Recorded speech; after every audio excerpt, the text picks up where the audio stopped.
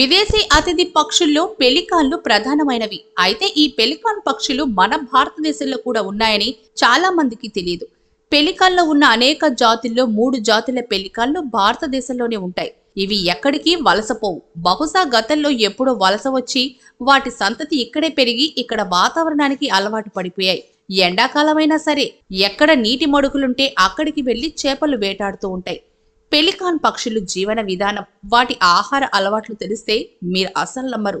దాదాపు 6 అడుగుల ఎత్తుండే పెలికాన్ పక్షులు ఇప్పుడు కూడా మన రాష్ట్రంలో అనేక ప్రాంతాల్లోని చెరువులో వేట సాగిస్తూ ఉన్నాయి. పెలికాన్ పక్షి ఒక్కసారిగా నీళ్లలో తల ముంచి దాదాపు 11 లీటర్ల నీటిని తాగేయగలదట.